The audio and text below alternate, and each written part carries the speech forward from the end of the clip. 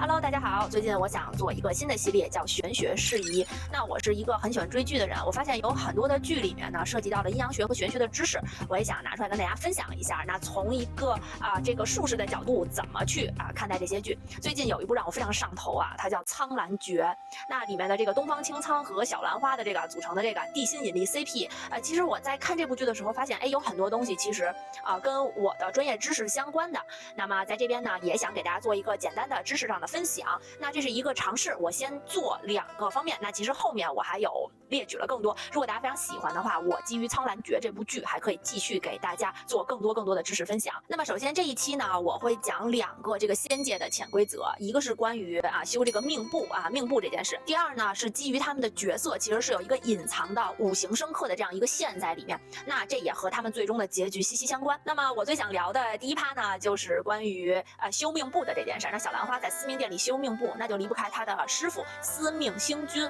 那其实在道教的这个道观里面其实会有一个殿，这个殿叫斗母殿。斗母殿供奉的叫斗母元君。那斗就是我们说南斗星北斗星包括说我们紫微斗数里面的这些星星所有的星系里面的东西，那其实呢都是这个斗这个意思。母是什么？母就是这些星星的母亲。那掌管这些星星运行掌管每个人的这个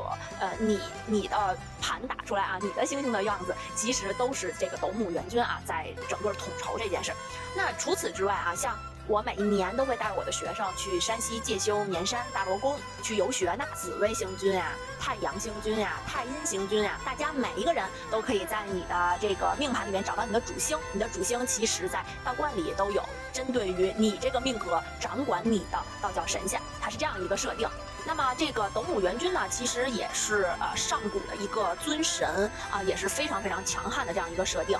那包括说它剧情里设定是你每个人的命簿其实是一片叶子。那其实这个在我看来它其实属于一个结合性，因为里面就是小兰花说了它是根据你的出生的时间。那同样我们任何命理方面的，不管是八字、紫微、奇门，那我们看到一个人的命格，其实也是根据他的出生年月日时、出生地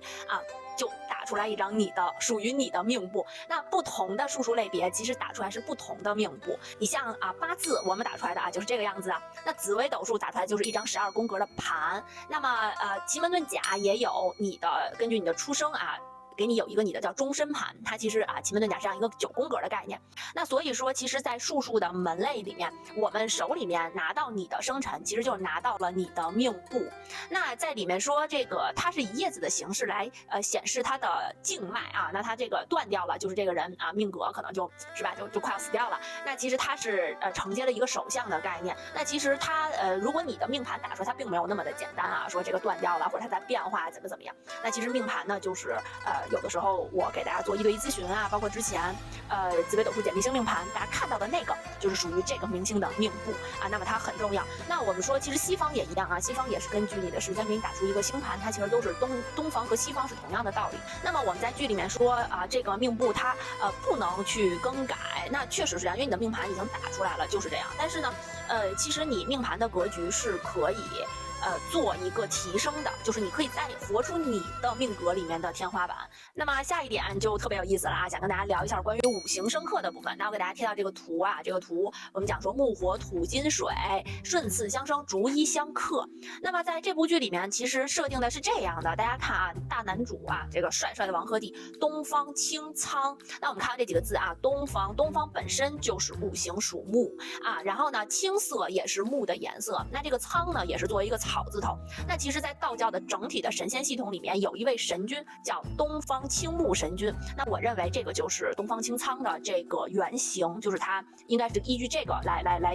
获得的灵感。那么我给大家贴了一个道教神仙的职位表，那里面除了东方青木神君之外，那我们还有5行属火的、5行属金的各种神君在大家可以看一下。那其实东方青木神君我们在道观里去拜他的时候，其实主要是拜他的一种让你生长的能量。那这种生长的能量带到小朋友身上就让他长高个让他长智慧，那放到老人身上就是可能会让他加速衰老。那其实东方青木神君一直是一个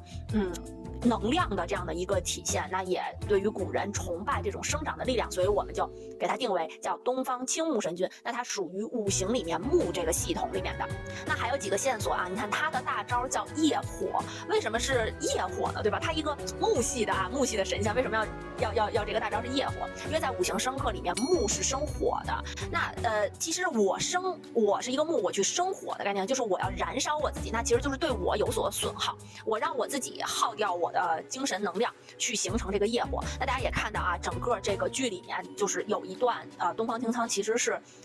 他的业火是使用不出来的，那他的功力是受损的嘛。那当一个人能量消耗非常的严重的时候，其实他是没有办法去生发他的这个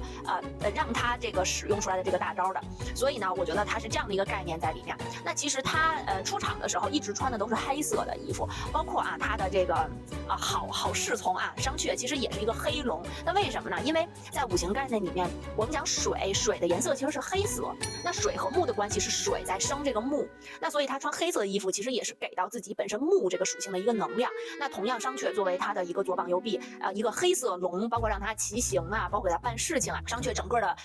这个服化道也是一个黑色系，那其实都是在助长东方青苍的这个整体的能量，它是这样一个概念在。那同样五行属木的人物角色，当然还有就是我们的虞书欣小兰花。那大家看啊，小兰花她最早的时候说那我只是一棵普普通通的兰花草，对不对？那其实兰花草那肯定是草呀，那五行就是属木嘛，那所有这个花草类的其实都是这样的。那当他发现他自己真实的身份是西云的时候，大家看没有，云其实也是草字头，跟东方青苍的这个苍其实都是草字头的属性。所以事实证明，其实东方青苍和小兰花是属于同一系列的，就是包括我们说五行里面那待会儿我们讲到其他人那就不是这个系列了，其实他们两个应该是同一系列的这样一个人物的设定。五行属水的体系里面，那就是我们帅帅的长恒仙君。大家看他出场的时候一袭白衣然后头上戴的那个冠其实就是一个水的形象。那在整部剧的设定里面，长恒仙君其实是一个五行属水这样的一个神仙。那他所镇守的地方我们讲叫水云天的战神。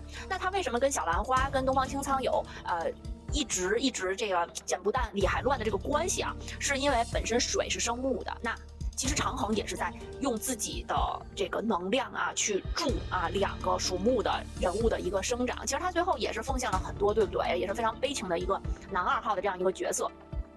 那么大家看这个长恒仙君，当在凡间历劫的时候，其实他起的名字叫什么？叫萧润，是不是？那润其实也是三角水，那其实都是揭示了长恒仙君是一个水系的水的这个五行属性的这样一个神仙。在这个里面我没有发现金属性的人物，但当小兰花得到那个宝物藏心簪的时候，我发现那其实为什么要做一个金色的东西戴在头上，就阻断了它和东方青苍的连接，是因为金本身五行属性是克木的。大家想，如果我想把一个大树砍掉的话，我可能要用金属的刀斧子这样的，所以藏心簪的这样一个设定，其实也是去做一个阻断的这样的一个力量。因为金整体的五行概念是一种切断、收割和剥离的概念，所以说那藏心簪对于一个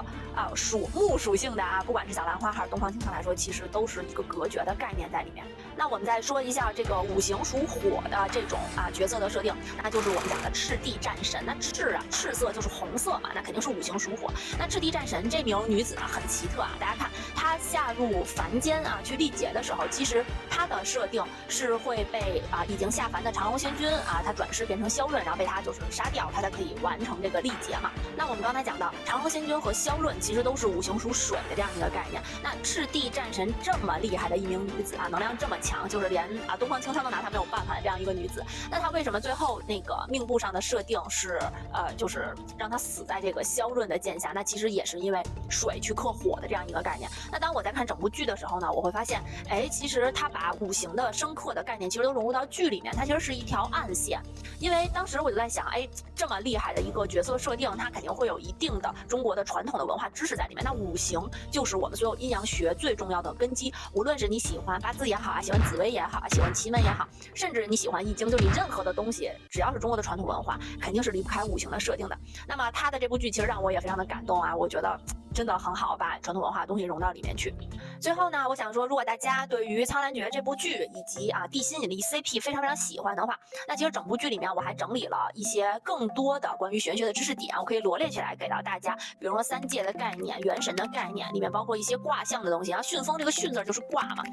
包括这个为什么它是月尊啊，以及涉及到时辰的东西、风水的东西、岁气的东西、六道轮回，以及后面说我要拿八字才可以合婚。那其实这些都是我的专业知识领域上的东西。如果大家感兴趣的话可以评论留言给我。后面呢，我还可以继续再出关于苍兰诀的玄学方面的事宜。那这个领域也是一个新的尝试。那其他影视剧当中其实也会涉及到很多关于阴阳学、玄学、风水包括紫微斗数的东西也欢迎大家可以提供素材给我，然后咱们都可以做成视频跟大家科普聊一聊。好吧，那咱们今天的视频就到这边啦。新的系列也希望大家多多支持，然后点赞、转发、关注我，我的联系方式贴到最后那今天的视频就到这边啦，大家拜拜。